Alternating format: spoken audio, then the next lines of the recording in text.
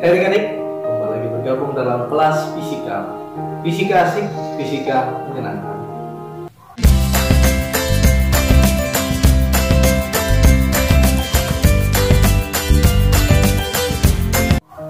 Kembali lagi bersama dengan saya Bos Patasik dalam video belajar fisika. Hari ini kita akan belajar tentang pengukuran dan alat-alat ukur. Sebelumnya kita sudah belajar tentang besaran dan satuan, dan ini adalah lanjutan dari materi yang sebelumnya. Baik, langsung saja mari kita bersama-sama belajar tentang alat-alat ukur. Dalam video belajar fisika kali ini kita akan membahas tentang beberapa alat ukur. Ada beberapa contoh gambar alat ukur yang saya tampilkan. Ada jangka sorong, mikrometer skrup, kaca Ohaus, termometer digital dan termometer raksa. Kemudian ada stopwatch dan voltmeter.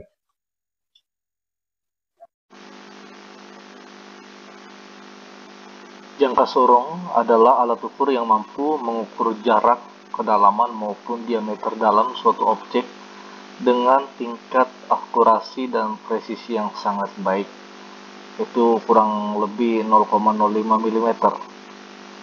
Hasil pengukuran dari ketiga fungsi alat tersebut dibaca dengan cara yang sama.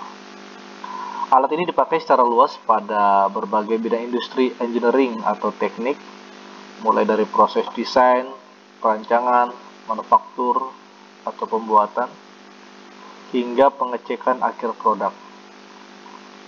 Alat ini dipakai luas karena memiliki tingkat akurasi dan presisi yang cukup tinggi, mudah digunakan, mudah dibawa-bawa, dan tidak membutuhkan perawatan khusus. Oke, sekarang kita akan mencoba mengenal bagaimana bentuk dari jangka sorong. Ya, kira-kira gambarnya seperti ini dan bentuk alatnya juga seperti ini. Kemudian bagian-bagian dari jangka sorong yaitu yang pertama ada rahang dalam, ada rahang luar, ada skrup pengunci, ada skala nonius, ada skala inci, skala sentimeter, mengukur kedalaman. Oke, sekarang kita ke rahang dalam. Rahang dalam ini berfungsi untuk mengukur diameter dalam. Misalnya kita mau mengukur diameter dalam dari sebuah cincin. Jadi kita bisa menggunakan ini. Kemudian rahang luar. Rahang luar ini berfungsi untuk mengukur diameter luar suatu objek atau suatu benda. Misalnya kita mau mengukur diameter luarnya cincin tersebut. Kemudian di sini ada skrup pengunci. Jadi ketika kita sudah menaruh benda di sini atau di atas sini, kita kunci ini supaya tidak bergeser kemana-mana. Kemudian di sini juga ada alat tungkai untuk mengukur kedalaman. Ini juga ada dalam jangka sorong, ini satu paket.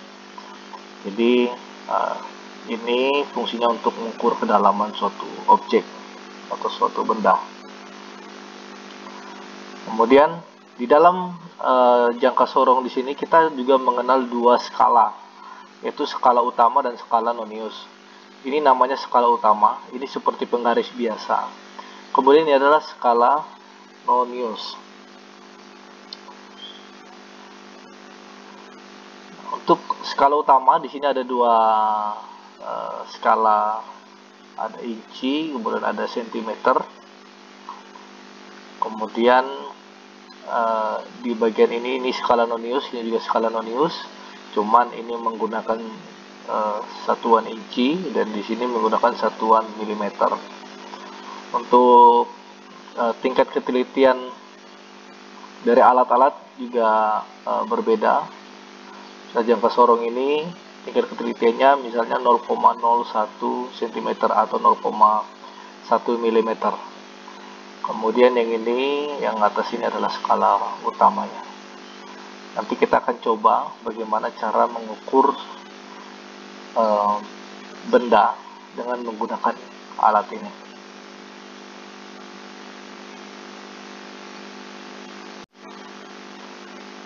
Baik, ini adalah posisi alat jangka sorong ketika kita sudah mengukur sebuah benda. Jadi misalnya angka-angka sudah ditunjukkan pada posisi ini. Bagaimana cara mengukur atau menghitung hasil pengukuran pada jangka sorong? Hasil akhir dari pengukuran jangka sorong ini kita menjumlahkan antara nilai pada skala utama dan skala nonius. Jadi skala utama ditambahkan skala nonius. Bagaimana cara menentukan skala utama? Pertama, coba perhatikan angka 0 pada skala nonius. Jadi menentukan skala utama pada jangka sorong yaitu kita lihat yang angka bagian atas ini. Ya, ini seperti penggaris biasa. Itu berhenti sebelum angka 0. Kalau berhenti sampai di angka 0 berarti pas di angka 0 itu. Maka jika kita melihat dari posisi ini, nilai skala utamanya adalah 4,7 cm. Ya, 4, ini 4 cm, ini 7 mili, maka 4,7 cm, atau kita menggunakan satuan mili, ini totalnya 47 mm. Ini untuk skala utamanya. Kemudian yang bagian bawah, menentukan skala nonius yang mana yang paling tepat. Jadi, untuk melihat yang mana nilai dari skala noniusnya, kita cari yang segaris dengan garis pada skala utama. Misalnya jika kita melihat ini, yang benar-benar paling lurus adalah di angka 4 ya, di angka 4 sini, ini segaris dengan yang di atasnya, maka nilai skala noniusnya adalah 0,4 mm, atau jika kita ingin menggunakan satuan cm, 0,01 cm, karena nilai ketelitiannya adalah 0,01 cm. Jadi terserah kita mau konversikan di awal atau di akhir juga tidak masalah. Misalnya saya menggunakan milimeter di awal, jadi di sini nilainya 0,4 mm. Jadi kita sudah mendapatkan skala utamanya adalah 47 mm dan skala noniusnya adalah 0,4 mm. Sehingga hasil perhitungannya kita cukup tambahkan saja, yaitu 47 mm ditambah 0,4 mm menjadi 47,4 mm. Jika kita konversi menjadi satuan cm, menjadi 4,74 cm.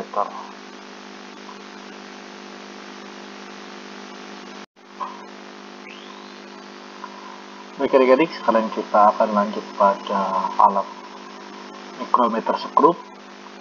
Ya, jadi fungsi alat ini kurang lebih dengan jangka sorong, sama-sama mau mengukur panjang suatu benda. Untuk mikrometer skrup, ini adalah alat pengukuran yang terdiri dari skrup terkalibrasi dan memiliki tingkat kepresisian 0,01 mm. Jadi alat ini lebih teliti daripada jangka sorong. Jangka sorong tadi, misalnya kita mengambil contoh yang tingkat kepresisiannya 0,1 mm, dan kalau untuk mikrometer skrup ini 0,01 mm. Jadi lebih tingkat kepresisiannya lebih tinggi. Biasa alat ini digunakan untuk mengukur ketebalan, ya, ketebalan suatu benda, ketebalan plat. Bisa juga mengukur benda yang lebih panjang atau lebih tebal dari plat itu. Yang penting masih di batas area ini, karena untuk pengukuran menggunakan alat ini sangat terbatas. Makanya biasa digunakan untuk mengukur ketebalan sebuah alat. Kemudian untuk bagian-bagian mikrometer skrup ini sendiri ada beberapa bagian. Yang pertama, yang ini adalah poros tetap. Bagian poros ini tidak bergerak. Nanti objek yang ingin diukur ditempelkan di bagian ini. dan bagian poros yang ini, poros geser, didekatkan untuk menjepit objek tersebut. Jadi nanti bendanya ditaruh di posisi ini, kemudian yang bagian ini menjepit di poros tetap.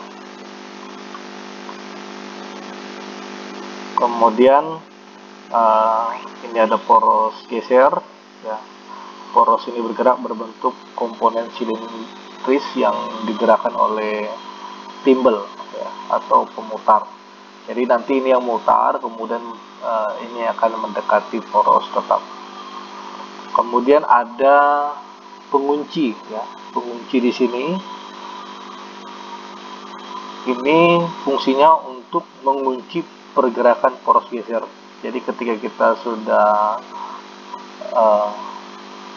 memposisikan dengan tepat alatnya, maka kita kunci supaya tidak bergeser, seperti pada jangka sorong tadi.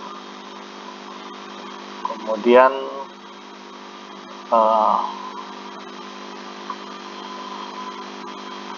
ini ada frame, ya, ada frame. Ini berbentuk C, ya, bentuknya seperti ini, di besi, ya. Dan ini yang akan menyatukan poros tetap dan poros geser. Jadi posisinya seperti ini. Kemudian di sini ada skala utama dan skala nonius, sama seperti jangka sorong tadi. Jadi ada skala utama, yang bagian ini skala utama, dan ini adalah skala nonius. Jadi nanti kita akan coba menghitung atau mengukur sebuah benda menggunakan alat ini. Kemudian di sini ada pemutar, ya. Pemutar ini diputar sampai alat ini benar-benar terjepit, sehingga pengukurannya jauh lebih akurat. Kemudian di sini ada raset, ya, ada raset. Bagian yang ini dapat membantu menggerakkan poros geser dengan pergerakan lebih perlahan dibanding menggerakkan timbal atau pemutar. Jadi ketika kita sudah memutar ini adalah bagian terakhir, ya, untuk lebih akurat lagi. Kita ini bagian raset ini juga diputar, ya, sama seperti pemutar ini, hanya supaya pengukurannya jauh lebih akurat. Mungkin seperti itu untuk bagian dari mikrometer sekrup ini.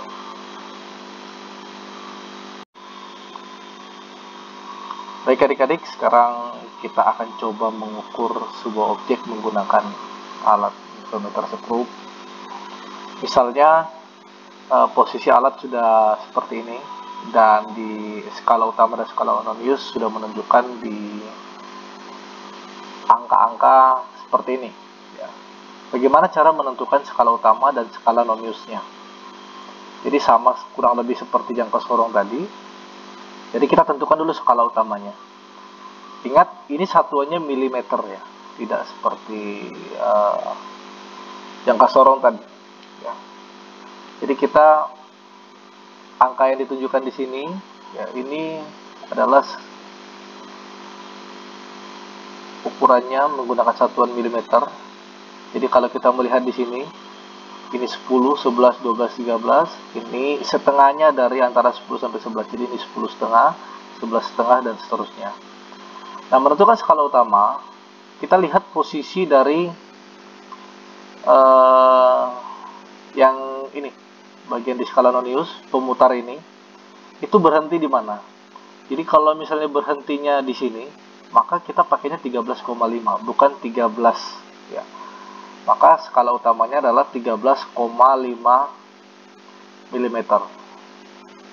Oke, itu untuk skala utama. Dan skala nonius, kita lihat yang segaris dengan ini, ya. Angka yang di sini yang segaris dengan di skala utama. Oh, ternyata yang segaris adalah ini. Ini menunjukkan angka berapa pada skala nonius. Cara menghitungnya dari sini, 15, 16, 17. Jadi skala Nonius pada alat ini ditunjukkan pada ukuran 0,17 mm. Kenapa 0,17? Karena 17 tadi kita kalikan dengan tingkat ketelitian dari alat ini, yaitu 0,01, maka menjadi 0,17 mm. Jadi langsung saja hasil pembacaan alat ukur ini yaitu 13,5, skala utamanya tambahkan skala Nonius, 13,5 ditambahkan dengan 0,17. Hasilnya adalah 13,67 mm. Kita mau konversi cm juga boleh, jadi 1,367 cm. Ya adik-adik, kira-kira seperti itu menggunakan alat mikrometer seperti itu. Oke, baiklah adik-adik, dalam video kali ini saya coba sampai di sini untuk materi pengukuran. Sampai ketemu lagi dalam video belajar selanjutnya. Selamat